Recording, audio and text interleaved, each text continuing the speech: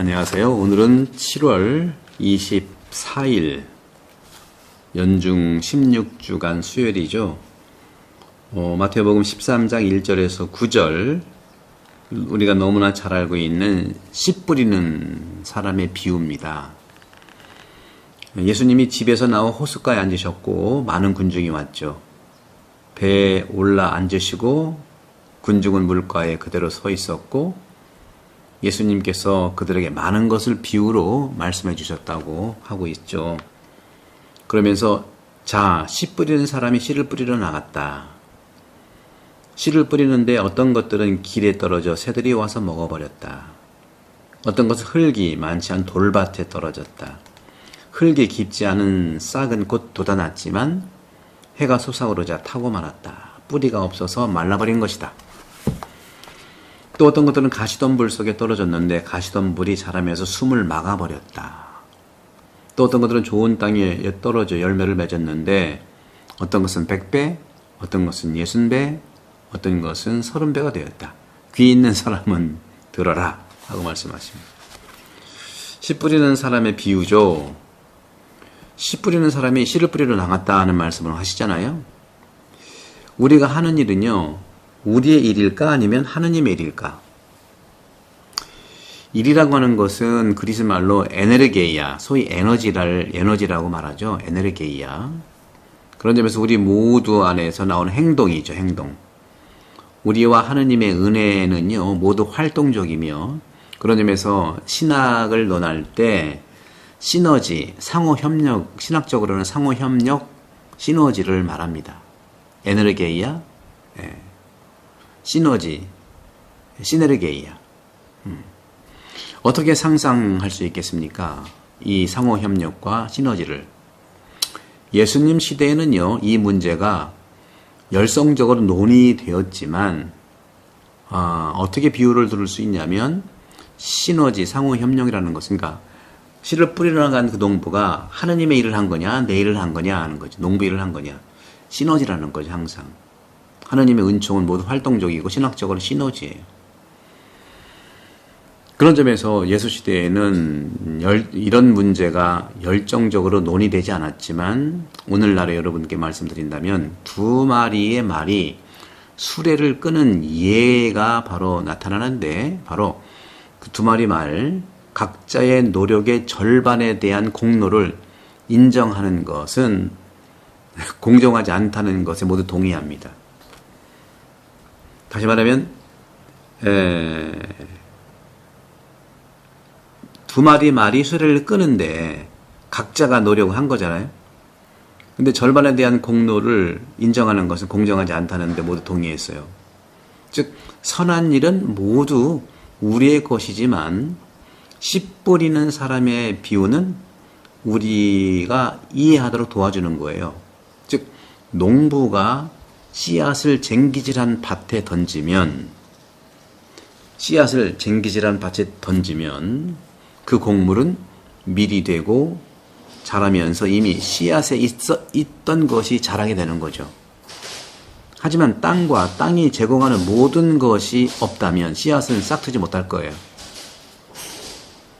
하지만 그 땅은 농부가 경작한 것이기 때문에 풍년을 누려야 마땅한 것이죠.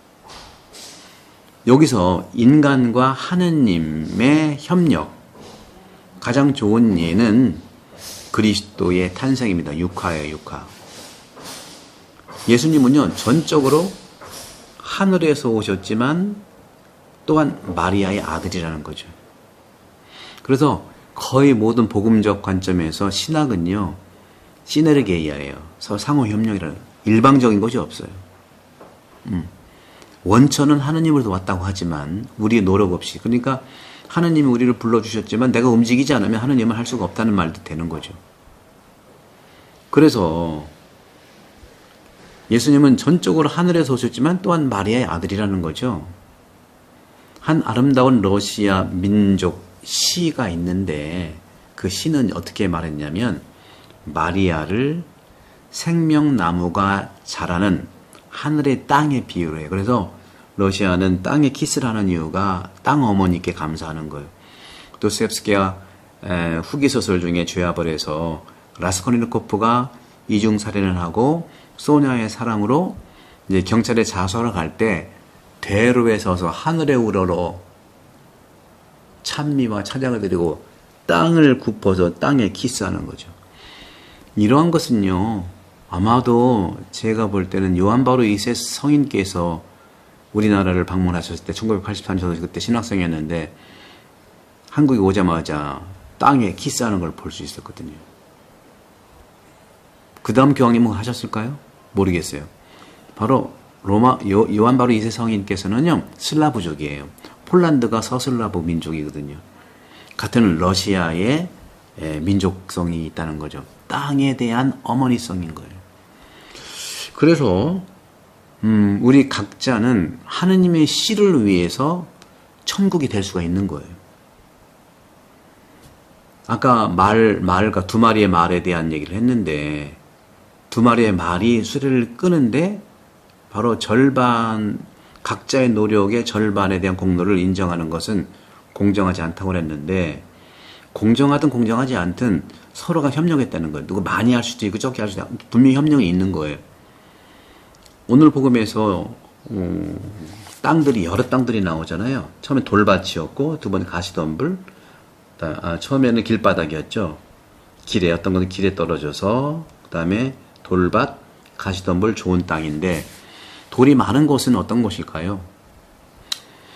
땅이 부드러워지고요. 씨앗을 받을 수 있도록 쟁기질을 하면 되는 거예요.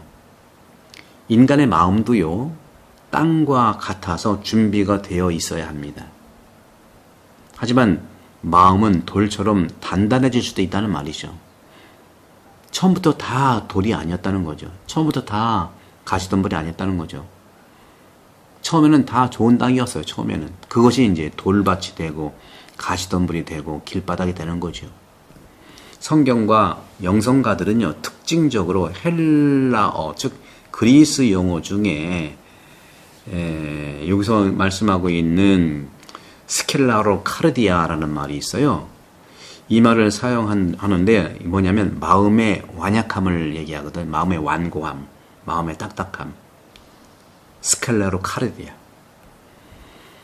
마음이 경화되고 굳어진 마음을 얘기합니다. 동맥 경화라도 얘기하잖아요. 마음 경화. 그래서 하느님의 말씀과 은총의 영감에 둔감하다는 거죠. 그 마음이 어떻게 함께 할 수 있겠냐? 그리고 어떻게 치료를 할 수 있겠냐? 다시 말씀드리지만 여러분들, 이 영혼 돌봄으로 가능합니다. 이것이 영적 스승들이 가려 뽑은 수천 년의 지혜예요. 안토니오 성인부터 시작해서 현대의 영성가들까지. 성경은 첫 번째 질문에 답을 합니다. 예언자들은요, 그들을 통해서 마찬가지라는 거죠. 구약 성경에서는요, 이스라엘이 하느님의 경고를 고집하고 완고하게 거부한다고 항상 비판하고 있어요. 이런 완고함으로 인해 마음이 딱딱해졌다는 거죠. 에제키엘 예언서도 마찬가지고요. 많은 예언서가 그렇게 말을 하고 있죠. 이제 그는 오직 하느님만이 이 돌같은 마음을 제거하시고 사람들에게 메시아를 받아들이도록 열려있는 아주 민감하고 살같이 부드럽고 욕심적인 새 마음을 주실 수 있다고 얘기하죠. 에zekiel 11장 19절. 그런 점에서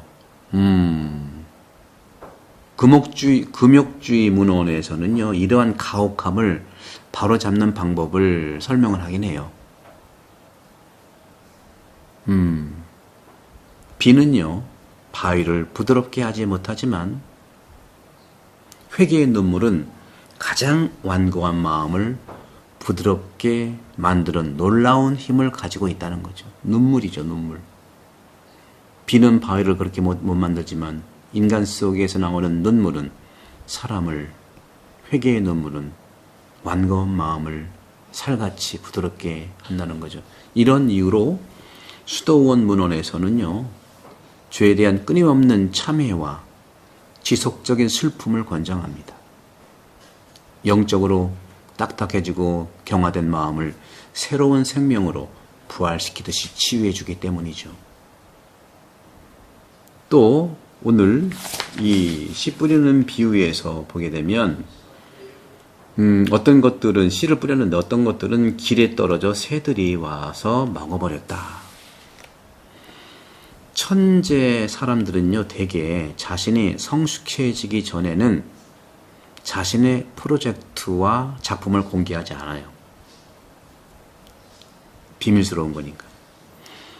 하지만 위대한 사랑은 어떤 의미의 고독을 원합니다. 그리고 자연에서도요, 생명과 성장의 기원이 있지 않습니까? 그것도 대부분 숨겨져 있고요. 그런 점에서 신성한 그런 영감, 그와 관련된 것을 우리가 느낄 수가 있는 거죠. 신성한 메시지가 그 안에 있는 거죠. 그런 메시지가 공허한 세상의 생각과 잣대나 척도에 따라서 판단될 위험이 있는 겁니다. 세상의 논리라는 거죠.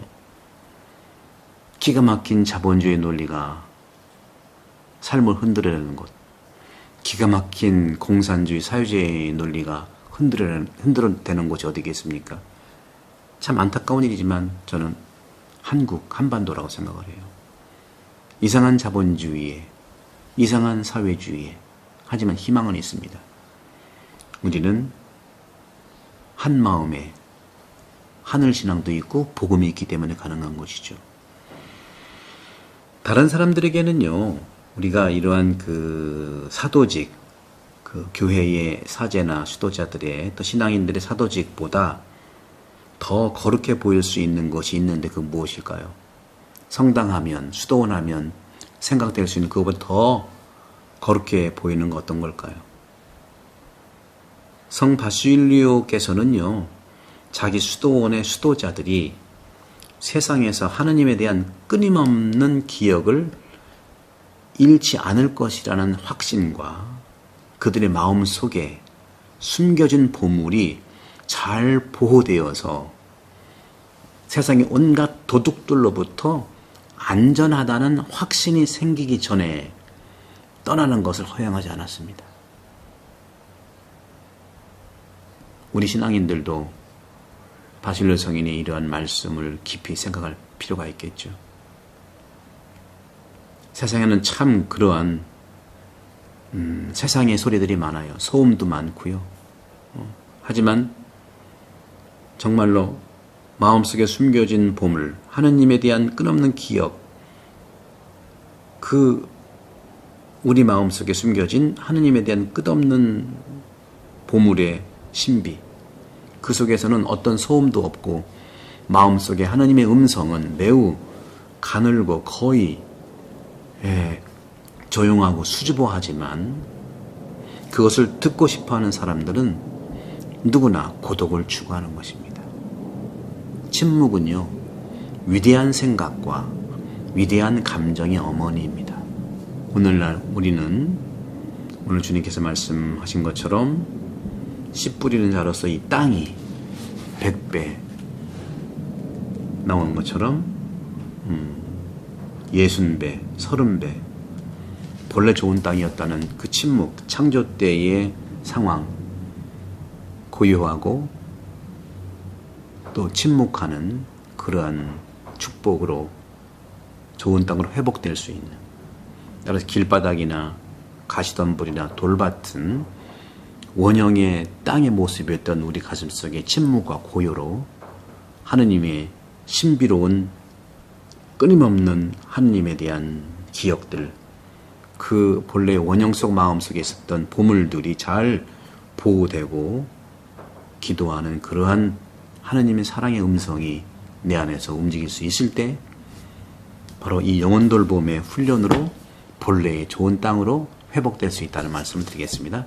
성부와 성자와 성령께서 여러분을 강복합니다. 구독, 선교 부탁합니다.